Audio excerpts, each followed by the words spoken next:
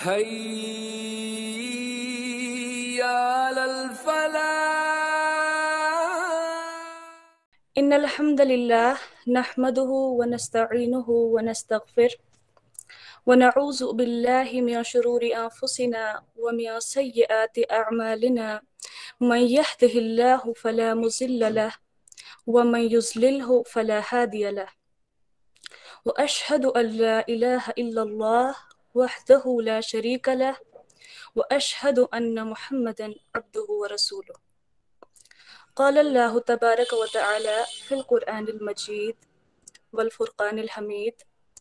فأعوذ بالله من الشيطان الرجيم بسم الله الرحمن الرحيم. لله ملك السماوات والأرض يخلق ما يشاء يهب لمن يشاء إناثا ويهب لمن يشاء الذكور. صدق الله العظيم. وقال رسول الله صلى الله عليه وسلم: من عال ثلاث بنات فأدبهن وزوجهن وأحسن إليهن فله الجنة، أو كما قال عليه الصلاة والسلام. اللهم صل على محمد وعلى آل محمد كما صليت على إبراهيم وعلى آل إبراهيم إنك حميد مجيد. اللهم بارك على محمد وعلى آل محمد كما باركت على إبراهيم وعلى آل إبراهيم إنك حميد مجيد. رب اشرح لي صدري ويسر لي أمري واحلل عقدة من لساني يفقه قولي. رب زدنا علما، رب زدنا خلوصا، رب زدنا فهما والحقنا بالصالحين.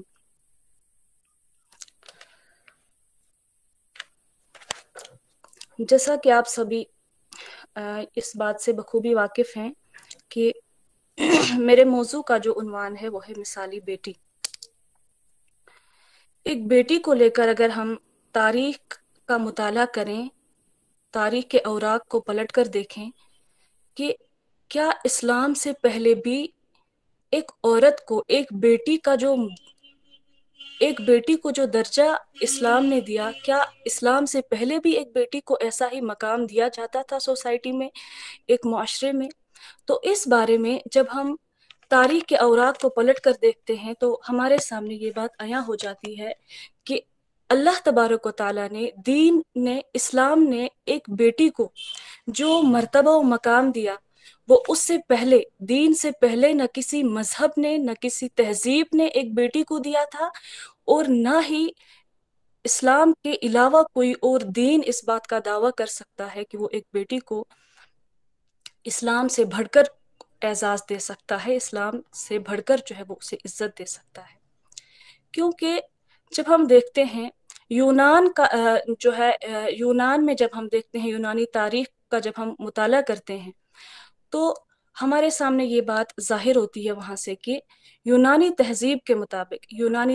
کے مطابق ایک عورت کا تصور، محض ایک لڑکی کا تصور محض اتنا یہ تھا کہ ایک لڑکی سے وہ محض ایک نفسانی تسکین اور مسرت حاصل کرنے کا ذریعہ تھی۔ اور اسی طرح سے فارسی تہذیب، ایرانی تہذیب پہ اگر ہم دیکھتے ہیں تو وہاں بھی کچھ ایسا ہی حال تھا کہ ایک باپ اور ایک بھائی، باپ اپنی بیٹی اور بھائی اپنی بہن کو اپنی زوجیت میں لینا، اس کے لیے کوئی غیر موضوع بات نہیں تھی، کوئی معیوب نہیں سمجھا جاتا تھا یہ اس سوسائٹی میں۔ اور اسی طرح سے ہندوستانی معاشرے میں یا ہندی تہذیب میں، جیسا کہ آپ سب یہ جانتے ہوں گے کہ ہندی تہذیب میں ایک بیٹی کے ساتھ جو سلوک، ایک عورت کے ساتھ جو سلوک کیا جاتا تھا کہ ہندو معاشرے میں یہ جو ہے وہ ستی کی رسم بہت زیادہ مشہور تھی کہ شوہر کے انتقال کے بعد ایک جو اس کی بیوی ہوتی تھی اسے بھی زندہ رہنے کا حق نہیں تھا، بلکہ اپنے شوہر کے ساتھ ہی اس کی بیوی کو زندہ جلا دیا جاتا تھا۔ اور عیسائی معاشرے میں، عیسائی تہذیب میں جو رہبانیت کا غلبہ تھا، عیسائی تہذیب میں رہبانیت کا غلبہ اس حد تک بڑھ چکا تھا کہ عیسائی جو ہے اس بات کو قابل نفرت سمجھتے تھے کہ وہ عورت کے وجود کو تسلیم کرے، یہاں تک کہ وہ فرانس کے لوگوں نے 576 عیسوی میں اس معاملے کے متعلق، اس مسئلے پر ایک کانفرنس متعین کی، اس بات کا فیصلہ کرنے کے لیے کہ آیا عورت کے اندر روح موجود بھی ہے یا نہیں۔ تو یہ تھی مختلف تہذیبوں کے یہاں ایک عورت کا تصور یا ایک بیٹی کا تصور۔ یہی کچھ حال جزیرہ عرب میں بھی تھا۔ رسول اللہ صلی اللہ علیہ وسلم کے مبعوث ہونے سے پہلے جزیرہ نما عرب میں بھی ایسا ہی کچھ حال ایک لڑکی کے ساتھ تھا، ایک بیٹی کے ساتھ تھا، کہ ایک باپ اس بات کو گوارا نہیں کرتا تھا کہ اس کے گھر میں جو ہے وہ ایک بیٹی کی پیدائش ہو۔ بیٹی کو باعث عار سمجھتے تھے، یہاں تک کہ ایک شوہر کے انتقال کے بعد اس کی جو وائف ہوتی تھی، بیوی ہوتی تھی، اس کے ان لاز اسے جو ہے وہ وراثت سمجھتے تھے، جس طرح کا سلوک وہ اس کے ساتھ چاہتے اس طرح کا کرتے، یہاں تک کہ اس شوہر کا سوتیلا جو بیٹا ہوتا تھا، سوتیلا بیٹا اپنی ماں کو نکاح میں لینے میں جو ہے وہ اس میں کوئی عار محسوس نہیں کرتا تھا۔ اور اس کی عکاسی جو ہے وہ اللہ تبارک و تعالیٰ قرآن پاک میں فرماتے ہیں، اللہ تبارک و تعالیٰ سورۃ الانعام آیت نمبر 139 میں اس کی عکاسی فرماتے ہیں کہ کس طرح سے تفریق کی جاتی تھی عرب کے معاشرے میں مرد اور عورت کے درمیان۔ اللہ تبارک و تعالیٰ فرماتے ہیں کہ اعوذ باللہ من الشیطان الرجیم وقالوا ما فی بطون هذه الانعام، اور وہ لوگ کہتے تھے، یعنی جب وہ کسی جانور کی نظر مانتے تھے اپنے بتوں کے نام، تو اس وقت وہ یہ نظر مانتے تھے کہ جو اس جانور کے پیٹ میں بچہ ہوگا، ما فی بطون هذه الانعام، جو بچہ اس جانور کے پیٹ میں ہوگا، خالصۃ لذکورنا، وہ خالص ہوگا، یعنی اگر وہ صحیح سلامت زندہ پیدا ہوا تو وہ خالص ہوگا ہمارے مردوں کے لیے، وہ محرم علی ازواجنا، اور حرام ہے وہ ہماری بیویوں پر یعنی عورتوں پر، وَإِن يَكُن مَيِّتًا، اور اگر وہ مردہ ہو، فَهُمْ فِيهَا شُرَكَاء، یعنی جب بچہ اگر مردہ پیدا ہوا، فَهُمْ فِيهَا شُرَكَاء، تو ہم اس میں شریک ہوں گے۔ صرف اتنا ہی نہیں بلکہ اس حد تک باعث عار سمجھا جاتا تھا کہ ایک بیٹی کو وہ جو ہے وہ زندہ ہونے کا حق اسے عرب سوسائٹی میں نہیں دیا جاتا تھا۔ اس کی عکاسی بھی اللہ تبارک و تعالیٰ فرماتے ہیں سورۃ النحل آیت نمبر 58 اور آیت نمبر 59 میں اللہ تبارک و تعالیٰ فرماتے ہیں وَإِذَا بُشِّرَ أَحَدُهُمْ بِالْأُنثَىٰ، جب ان میں سے کسی کو خوشخبری دی جاتی تھی لڑکی کی، بیٹی کی پیدائش کی، ظل وجہہ مسودا، تو اس کا چہرہ سیاہ پڑ جاتا تھا، وہو کظیم، اور وہ غضبناک ہو جاتا یہ خبر سن کر، یتوارا من القوم، اور وہ چھپ رہا تھا اور وہ چھپتا پھرتا تھا اپنے معاشرے سے، اپنی قوم سے، من سوء ما بشر بہ، اس برائی کی وجہ سے جس کی اسے خوشخبری دی گئی تھی، یعنی کہ تھی تو یہ خوشخبری اس کے لیے، اللہ تبارک و تعالیٰ نے بیٹی کی پیدائش کو خوشخبری سے تعبیر کیا، لیکن قوم کا یہ حال تھا، عربوں کا یہ حال تھا کہ وہ اسے کیا سمجھتے تھے؟ بری چیز، من سوء ما بشر بہ، اس برائی کی وجہ سے جس کی اسے خوشخبری دی گئی تھی، اس وجہ سے وہ یتوارا من القوم، اپنی قوم سے چھپتا پھرتا تھا، اور کیا کہتا تھا، کیا سوچتا تھا ایک باپ، ایمسکہ علی ہون، کیا وہ اسے زندہ رہنے دے اس بیٹی کو ذلت و رسوائی کے ساتھ، ام یدسہ فی التراب، یا اسے زمین میں زندہ گاڑ دے، الا ساء ما یحکمون، کیا ہی برا ہے جو یہ لوگ کرتے ہیں۔ تو یہ تھی ایک بیٹی کی حالت اسلام کی، رسول اللہ صلی اللہ علیہ وسلم کی بعثت سے پہلے، لیکن جب اللہ تبارک و تعالیٰ نے رسول اللہ صلی اللہ علیہ وسلم کو مبعوث فرمایا تو اللہ تبارک و تعالیٰ نے ایک بیٹی کو، ایک بیٹی کی پیدائش کو خوشخبری قرار دیا، اور بیٹی کے تمام حقوق اسے عطا کیے، اور ایک باپ کو جو بیٹی کی پرورش کرے، بیٹی کی پرورش کرنے والے باپ کے لیے بھی اللہ تبارک و تعالیٰ نے جو ہے وہ خوشخبری سنائی کہ رسول اللہ صلی اللہ علیہ وسلم نے فرمایا کہ من عال ثلاث بنات، جو پرورش کرے 3 بیٹیوں کی، فأدبہن، پھر انہیں ادب سکھائے، وزوجہن، اور ان کا نکاح کرے، واحسن الیہن، اور ان کے ساتھ اچھا سلوک کرے، فلہ الجنہ، تو اس کے لیے خوشخبری ہے جنت کی۔ یعنی کہ اسلام نے ایک بیٹی کے تمام حقوق متعین کیے، اسے زندہ رہنے کا حق دیا، اور اسے تمام ان بندشوں سے آزاد کیا جن بندشوں میں اسلام سے پہلے کی دنیا کی دوسری تہذیبوں نے اور لوگوں نے ایک بیٹی کو جگڑ کے رکھا ہوا تھا، اور جو تصور پوری دنیا میں تھا ایک بیٹی کے متعلق، اس کو اللہ تبارک و تعالیٰ نے ختم کر دیا۔ صرف اتنا ہی نہیں، اللہ تبارک و تعالیٰ نے اس باپ کے لیے جو اپنی اولاد کا قتل کرے، جو اپنی بیٹی کا قتل کرے، اس کے لیے وعید بھی سنائی۔ فرماتے اللہ تبارک و تعالیٰ وَإِذَا الْمَوْءُودَةُ سُئِلَتْ، جب زندہ گاڑی ہوئی لڑکی سے پوچھا جائے گا بِأَيِّ ذَنبٍ قُتِلَتْ، کہ وہ کس گناہ کی بنیاد پر ماری گئی تھی۔ یعنی یہ اللہ تبارک و تعالیٰ کی طرف سے ایک وعید ہے اس شخص کے لیے جو اپنی بیٹی کو زندہ دفن کرے۔ اگر ہم دیکھیں، اسلام نے تو ایک بیٹی کو زندہ رہنے کا حق دیا اور اس کے تمام حقوق متعین کیے، اگرچہ آج بھی ہماری سوسائٹی میں، ہمارے معاشرے میں کچھ ایسے لوگ موجود ہیں جو لا علمی کی وجہ سے، جو جہالت کی وجہ سے اب بھی اس دور جاہلیت میں جی رہے ہیں اور بیٹی کی پیدائش کو باعث عار سمجھتے ہیں یا بوجھ سمجھتے ہیں۔ تو یہ جو ہے اس طرح کا نظریہ قائم کرنا بیٹی کے نزدیک، بیٹی کی پیدائش کے متعلق، یہ اللہ تبارک و تعالیٰ کے خلاف جو ہے، یہ ایک بغاوت ہے اللہ تبارک و تعالیٰ کے خلاف۔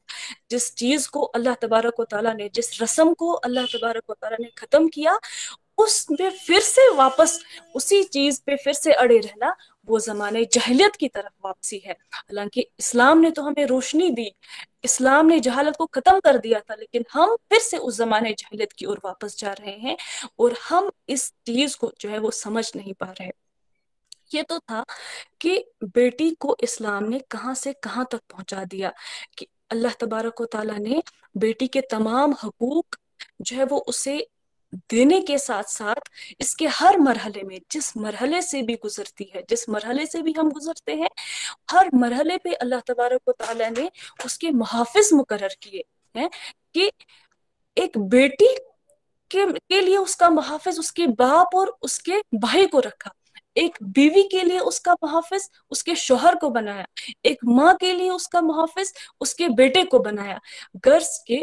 اسلام نے ہی جو ہے وہ ہمیں یہ سب تمام حقوق جو ہے وہ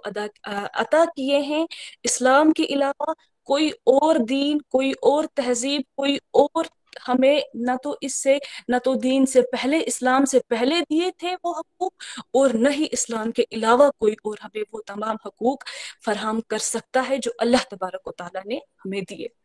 اب جو ہمارا جو مین ہے وہ ہے مثالی بیٹی، کہ مثالی بیٹی بننے کے لیے ہمیں کیا کرنا ہے۔ ٹھیک ہے،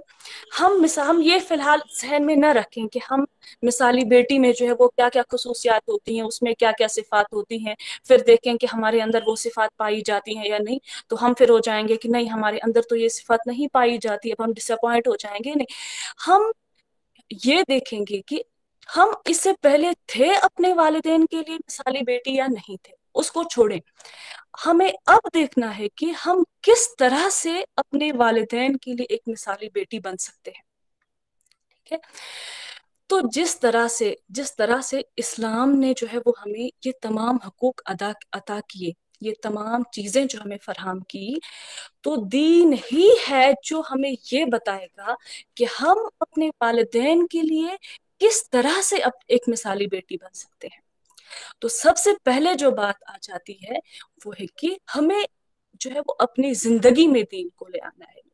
یعنی میں کہہ رہی ہوں کہ ہم کس طرح سے بنیں گے، ہم تھے یا نہیں تھے ابھی تک چھوڑیں، جو ہمیں اب بننا ہے تو کس طرح سے بننا ہے۔ سب سے پہلا جو ہمیں کرنا کام ہے وہ یہ ہے کہ ہمیں اپنی زندگیوں میں دین کو لے آنا ہے، کیونکہ دین ہی ہمیں بتائے گا، اسلام ہی ہمیں بتائے گا کہ ہم کس طرح سے ایک مثالی بیٹی بن سکتے ہیں۔ صرف مثالی بیٹی ہی نہیں بلکہ ہر مرحلے پر جتنے بھی زندگی میں ہمارے کردار ہیں جو ہمیں نبھانے ہیں، اپنے ہر کردار کو ہم مثالی کردار کس طرح سے ہم اس میں ادا کر سکتے ہیں، یہ ہمیں دین بتائے گا۔ تو سب سے پہلے جو ہے وہ ہمیں اپنی زندگیوں میں دین کو لے آنا ہے۔ دین کو کس طرح سے لے آنا ہے؟ دین کو دیکھیں، جب ہم اسلام لے آتے ہیں تو سب سے پہلے جو ہے وہ ہم کلمہ پڑھتے ہیں، ٹھیک ہے، توحید آتا ہے، اس میں ہم اللہ پر ایمان لے آتے ہیں، ہم رسولوں پر ایمان لاتے ہیں، وہ ہم زبان سے ادا کرتے ہیں۔ اس کے بعد جو دوسرے رکن ہیں دین کے، نماز، روزہ، زکوٰۃ، حج، دیکھیے اللہ پر جو ہے وہ دوسرا رکن جو اس کے بعد آ جاتا ہے وہ ہے نماز، تیسرا اس کے روزہ، زکوٰۃ، حج۔ کلمے کے بعد فوراً ہم پہ یہ دوسرا رکن روزہ نہیں رکھا گیا، دوسرا رکن حج کو نہیں رکھا گیا، دوسرا رکن جو ہے وہ زکوٰۃ کو نہیں رکھا گیا، بلکہ کلمے کے فوراً بعد جو دوسرا رکن رکھا گیا وہ رکھا گیا نماز کو ہمارے لیے۔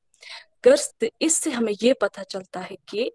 دین کو اپنی زندگی میں لانے کے لیے سب سے پہلا جو کام ہمیں کرنا ہے وہ ہے کہ ہمیں اللہ کو اپنی زندگی میں لے آنا ہے، ٹھیک ہے؟ یعنی کہ ہمارا جو تعلق ہے وہ اللہ سے جڑ جائے۔ جب ہمارا اللہ سے باقی جتنے بھی احکامات ہیں، جتنے بھی ہماری ذمہ داریاں ہوں گی ان میں جو ہے وہ ہم اپنا مثالی کردار ادا کر سکیں گے، اور جتنے باقی بھی دین کے احکامات ہیں ان کو ہم آسان طریقے سے ادا کر سکتے ہیں۔ یعنی کہ ایک مثالی بیٹی بننے کے لیے ہمیں اللہ تبارک و تعالیٰ کے ساتھ اپنا تعلق جوڑنا ہوگا، کیونکہ جو نماز ہے، نماز تعلق کا نام ہے۔ نماز جو ہے وہ ہمیں بتاتی ہے، ہمیں اللہ سے جوڑتی ہے۔ نماز دعا کا نام ہے۔ شروعات ہمیں کرنی ہے کہ ہمیں اللہ سے تعلق جوڑنا ہے، اور اس کی ہمیں مدد کرے گی ہماری نماز۔ جب نماز ہمارا تعلق اللہ تبارک و تعالیٰ سے جوڑتے تب جا کے ہم دوسرے سٹیپ پہ آتے ہیں کہ کس طرح سے جو ہے اب تعلق تو جڑ گیا اللہ تبارک و تعالیٰ سے، اب دوسرے جو کام ہے اس میں کس طرح سے ہم نے جو ہے وہ بہترین طریقے سے اپنا رول نبھانا ہے۔ اور یاد رکھیں کہ اگر ہمارے زندگی میں اگر ہمارا تعلق اللہ تبارک و تعالیٰ کے ساتھ نہیں ہوگا، اللہ کے تعلق کے بغیر ہم کوئی بھی کردار جو ہے وہ مثالی طریقے سے وہ انجام نہیں دے سکتے ہیں، اور نہ ہی ہم اس تعلق کے بغیر کوئی بھی عبادت جو ہے وہ احسن طریقے سے کر سکتے ہیں۔ اگر ہم کریں بھی تعلق کے بغیر عبادت تو وہ اس پہ ہم ثابت قدم نہیں رہ سکتے ہیں۔ اور جو باقی پہلے تو نماز ہمارا اللہ تبارک و تعالیٰ کے ساتھ، اس کے بعد جو دوسری چیزیں ہیں وہ بھی دراصل تعلق کے لیے ہی ہیں۔ اس کے بعد روزہ ہے، وہ بھی پھر تعلق جو ہے وہ مقصد ہے اس کا تعلق ہی ہے۔ اس کے بعد زکوٰۃ ہے، اس کا مقصد بھی حج ہے، اس کا مقصد بھی ہے کہ ہمارا تعلق اللہ سے جڑا رہے، لیکن بیسک جو مدد ہماری کرتی ہے وہ ہے نماز۔ تو سب سے پہلے جو ہمیں کام کرنا ہے وہ ہمیں ہماری نماز پہ کام کرنا ہے۔ یعنی اب اگر ہم نماز پڑھ رہے ہیں، ہمیں نماز جو ہے وہ نماز کے ذریعے سے اللہ تبارک و تعالیٰ سے اپنا تعلق ہمیں جوڑنا ہے، چونکہ ہمیں مثالی بیٹی بننا ہے تو اللہ تبارک و تعالیٰ کے ساتھ تعلق جوڑنا ہے ہم نے۔ تو اب ہمیں جو ہے وہ ہمیں نہیں پتا، ہم جو نماز میں عربی نہیں آتی، ہم کیا پڑھ رہے ہیں، تو جب تک ہم اس کا ترجمہ دیکھ لیں، اس کا میننگ دیکھ لیں کہ ہم کیا کہتے ہیں اللہ تبارک و تعالیٰ سے، نماز جو ہم پڑھتے ہیں ہم کیا کہتے ہیں، اس سے پہلے جو ہم دعا مانگ لیں اپنی ہی زبان میں، جو کچھ ہمارے اللہ تبارک و تعالیٰ کے ساتھ شیئر کرتے ہیں۔ نماز کے بعد جو ہے وہ یہ جب ہم اس طرح جو ہے وہ اللہ تبارک و تعالیٰ سے عادت ڈالیں گے نا بات کرنے کی اللہ تبارک و تعالیٰ کے ساتھ، تو یہ کنیکشن جو ہے ہمارا اور اللہ تبارک و تعالیٰ کے درمیان یہ جو ہے وہ اسٹرانگ ہوتا جائے گا، اور ہم اللہ تبارک و تعالیٰ کے نزدیک آ جائیں گے۔ جب ہم اللہ تبارک و تعالیٰ کے نزدیک آ جائیں گے تو تب جا کے دوسرا سٹیپ ہمیں آتا ہے کہ اب ہمیں کیا کرنا ہے۔ تعلق تو اللہ تبارک و تعالیٰ کے ساتھ جڑ گئے، ہم تو بتا رہے ہیں اللہ تبارک و تعالیٰ کو کہ ہمیں اس طرح سے بننا ہے، کیسے بنے، تو اس کے بعد بات آ جاتی ہمیں قرآن کھولنا ہے، کیونکہ ہم نے تو بتا دیا اللہ تبارک و تعالیٰ کو کہ ہمیں جو ہے وہ ایک مثالی بیٹی بننا ہے، کس طرح سے بنے، تو وہاں سے ہمیں قرآن کھولنا ہے۔ تو قرآن ہمیں بتائے گا کہ ہمیں کس طرح سے جو ہے وہ ایک مثالی بیٹی بننا ہے۔ تو ہم قرآن کھولتے ہیں، قرآن پاک میں جو سورۃ بنی اسرائیل میں اللہ تبارک و تعالیٰ آیت نمبر 23 میں فرماتے ہیں، اعوذ باللہ من الشیطان الرجیم، وَقَضَىٰ رَبُّكَ أَلَّا تَعْبُدُوا إِلَّا إِيَّاهُ وَبِالْوَالِدَيْنِ إِحْسَانًا، اور تمہارے رب نے فیصلہ کر دیا اللہ تعبدوا إِلَّا إِيَّاهُ کہ تم صرف وَبِالْوَالِدَيْنِ إِحْسَانًا اور والدین کے ساتھ بہترین سلوک کرو۔ میری آواز کلیئر ہے؟ جی آپ کنٹینیو کیجیے۔ تو دیکھیے اب اس آیت میں اللہ تبارک و تعالیٰ فرماتے ہیں کہ سب سے پہلے اللہ آ گئے، اور اللہ کی فوراً بعد پھر آگے والدین. تو بتا دیا نا اللہ تبارک و تعالیٰ نے کہ اللہ کے بعد، اللہ کی عبادت کے بعد جو ہے وہ اللہ کی اطاعت میں ہی رسول اللہ صلی اللہ علیہ وسلم کی اطاعت بھی آ جاتی ہے. یعنی من اطاع الرسول فقد اطاع اللہ، جس نے رسول اللہ صلی اللہ علیہ وسلم کی اطاعت کی اس نے دراصل اللہ تبارک و تعالیٰ کی ہی اطاعت کی. تو اس کے بعد دوسرے آ جاتے ہمارے پیرنٹس، ہمارے والدین. ان کے ساتھ اللہ تبارک و تعالیٰ کے بعد دوسرا حق جو ہمارے اوپر ہے وہ ہے ہمارے پیرنٹس کا. اما یبلغن عندک الکبر، اللہ تبارک و تعالیٰ فرماتے ہیں اما یبلغن عندک الکبر احدہما او کلاہما، والدین کے ساتھ اللہ کی اطاعت کے بعد والدین کی اطاعت ہے. اما یبلغن عندک الکبر، اگر تمہارے پاس وہ پہنچ گئے بڑھاپے کی عمر کو، احدہما او کلاہما، ان میں سے دونوں یا ان میں سے کوئی ایک، فلا تقل لہما اف ولا تنہرہما، تو انہیں اف تک نہ کہو، ولا تنہرہما، اور انہیں نہ جھڑکو، وقل لہما قولا کریما، اور ان سے بھلی بات کہو. یعنی کہ اللہ تبارک و تعالیٰ کی اطاعت کے بعد والدین کی اطاعت. ہم تب تک اللہ تبارک و تعالیٰ کی اطاعت کا حق ادا نہیں کر سکتے جب تک نہ ہم والدین کی اطاعت کریں، اور ہم تب تک والدین کی اطاعت صحیح طور سے نہیں کر سکتے جب تک نہ ہم اس طرح سے اطاعت کریں اس طرح سے جو ہمیں اللہ تبارک و تعالیٰ کہتے ہیں. تو پھر اللہ تبارک و تعالیٰ فرماتے ہیں اما یبلغن عندک الکبر احدہما او کلاہما، یعنی کہ اب اگر ان کی اطاعت تو ہر عمر میں، چاہے وہ بڑھاپے کی عمر کو پہنچے یا چاہے کی عمر میں نہیں ہے ابھی، تب بھی ان کی اطاعت جو ہے وہ تم پر فرض ہے. اللہ کے بعد جو ہے وہ والدین کی اطاعت تم پر فرض ہے. لیکن اب اگر وہ بڑھاپے کی عمر میں تمہارے سامنے پہنچ جائیں تو اس وقت اتنی سی احتیاط کرو، اتنی احتیاط کرو کہ انہیں اف تک نہ کہو اور نہ انہیں جھڑکو. یعنی کہ یہ خیال رکھو کہ جس طرح سے جب میں پیدا ہوا تھا، جب میں پیدا ہوئی تھی، اللہ تبارک و تعالیٰ نے ایک وقت تھا جب اللہ تبارک و تعالیٰ نے محض جب میں ایک گوشت کا ٹکڑا تھا، اور گوشت کے اس ٹکڑے کو اللہ تبارک میرے والدین کے سپرد کر دیا، یعنی میرے والدین کی گود میں ڈال دیا. اس کے بعد والدین نے جو ہے وہ جہاں پہنچا وہ والدین نے پہنچایا مجھے. تو اسی طرح سے اب بڑھاپے کی عمر کو اللہ تبارک و تعالیٰ نے، جس طرح پہلے اللہ تبارک و تعالیٰ نے مجھے ایک محض گوشت کا ایک ٹکڑا جب میں تھا اپنے والدین کی گود میں ڈال دیا، اب اللہ تبارک و تعالیٰ نے میرے والدین کو بڑھاپے میں پہنچا کر میری گود میں ڈال دیا ہے. تو اس طرح سے جو ہے جس طرح میرے والدین نے میرا جو ہے وہ خیال رکھا، اپنا وقت دیا، اپنی طاقت، اپنی جوانی، اپنی کمائی سب کچھ میرے اوپر صرف کی، اسی طرح سے جو ہے اب میں نے اس عمر میں جو ہے اپنے والدین کی جو ہے ان کا خیال کرنا ہے. اسی طرح سے سورۃ اللقمان میں بھی اللہ تبارک و تعالیٰ فرماتے ہیں کہ لقمان علیہ الصلوۃ والسلام جب اپنے بیٹے کو نصیحت کرتے ہیں، لقمان علیہ الصلوۃ والسلام جب اپنے بیٹے کو کہتے ہیں کہ وَإِذْ قَالَ لُقْمَانُ لِابْنِهِ وَهُوَ يَعِظُهُ، جب لقمان علیہ السلام اپنے بیٹے کو نصیحت کرتے ہیں اور کہتے ہیں یا بنی لا تشرک باللہ، اے میرے بیٹے اللہ کے ساتھ کسی کو شریک نہ ٹھہرانا، ان الشرک لظلم عظیم، بے شک شرک بڑا ظلم ہے. تو لقمان علیہ الصلوۃ والسلام جب اپنے بیٹے کو سب سے پہلا حق یاد دلاتے ہیں کہ سب سے پہلا حق جو اللہ کا ہے، لیکن لقمان علیہ الصلوۃ والسلام ادبن اللہ کے حق کے بعد والدین کا حق تو ہے، لیکن لقمان علیہ الصلوۃ والسلام ادبن اپنے حق کا ذکر نہیں کرتے، یعنی اللہ کے حکم کے ساتھ، اللہ کے حق کے ساتھ وہ تأدیباً یہ ذکر نہیں کرتے ہیں، اپنے بیٹے کو یہ نہیں بتاتے کہ تمہیں اپنے والدین کی جو ہے وہ فرما برداری کرتے ہیں، بلکہ وہ اسے جو ہے وہ صرف نظر کر کے تیسرے حق پہ آ جاتے ہیں اور اپنے بیٹے کو وہ یاد دلاتے ہیں، وہ آخرت کی اور جو ہے وہ توجہ دلاتے ہیں، اور کہتے ہیں کہ اس کے بعد وہ انہیں کہتے ہیں یا بنی انہا ان تک مثقال حبۃ من خردل فتکن فی صخرۃ او فی السماوات او فی الارض یأتی بها اللہ. یعنی اللہ کے حق کے بعد آخرت کا جو ہے وہ آخرت کی طرف توجہ دلائی اور کہا کہ اے میرے بیٹے اگر انہا تک مثقال حبۃ، اگر برائی رائی کے دانے کے برابر بھی ہو، فتکون فی صخرہ او فی السماوات او فی الارض، پھر وہ چٹان کے اندر ہو، آسمانوں میں ہو یا زمینوں میں ہو، یأتی بہ اللہ، اللہ اسے لے آئے گا. تو لقمان علیہ الصلوۃ والسلام اس جو کھلا بیچ میں رہ گیا، یعنی اللہ کے بعد والدین کا حق کا جو خلا اس میں رہ گیا اسے اللہ تبارک و تعالیٰ نے پر کر دیا. کہ اس کے بعد بیچ میں اللہ تبارک و تعالیٰ فرماتے ہیں کہ وَوَصَّيْنَا الْإِنسَانَ بِوَالِدَيْهِ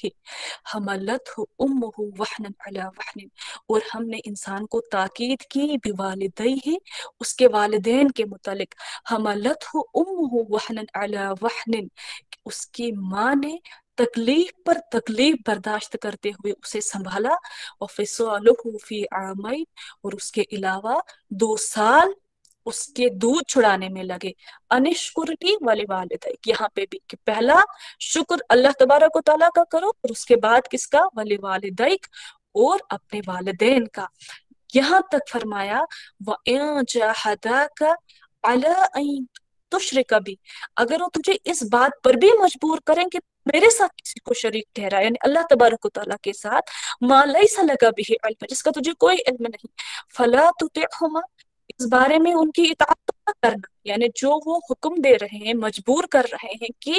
میرے ساتھ کسی کو شریک کر، ان کا یہ حکم تو نہ مان. وَصَاحِبْهُمَا فِي الدُّنْيَا مَعْرُوفًا، لیکن تو بھی ان کے ساتھ دنیا میں رہ کر تمہیں بھلائی جو ہے وہ ان کے ساتھ کرنی ہے،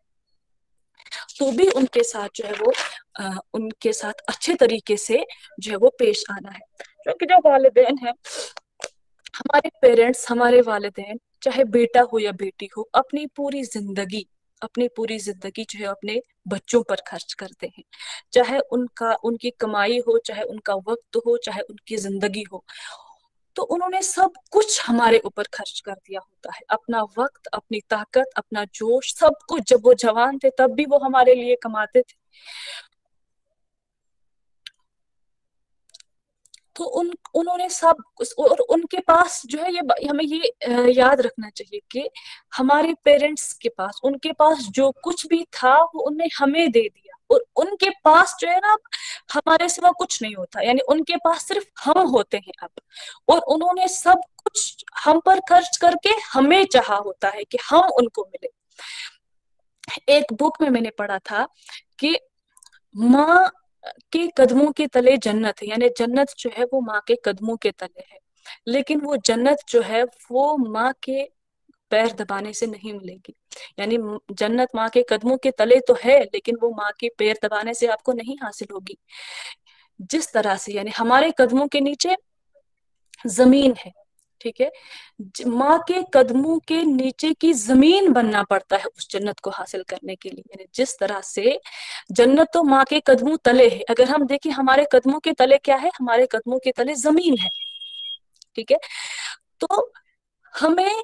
وہ جنت حاصل کرنے کے لیے وہ زمین بننا پڑے گا، وہ زمین بننا پڑے گا جس زمین پر ہم ڈگمگاتے نہیں. جب ہم زمین پر، اگر زمین نہیں ہوتی تو ہم کھڑے نہیں رہ پائیں گے، ٹھیک ہے. ہمیں کھڑا رہنے کے لیے زمین کی ضرورت ہے. بالکل اسی طرح سے اگر ہمیں جنت حاصل کرنی ہے تو ہمیں اپنی ماں کے لیے زمین بننا پڑے گا، جس زمین پر ہماری ماں جو ہے وہ اپنے قدموں پر جو ہے وہ کھڑا رہے، اور وہ زمین جو بوجھ اٹھاتی ہے.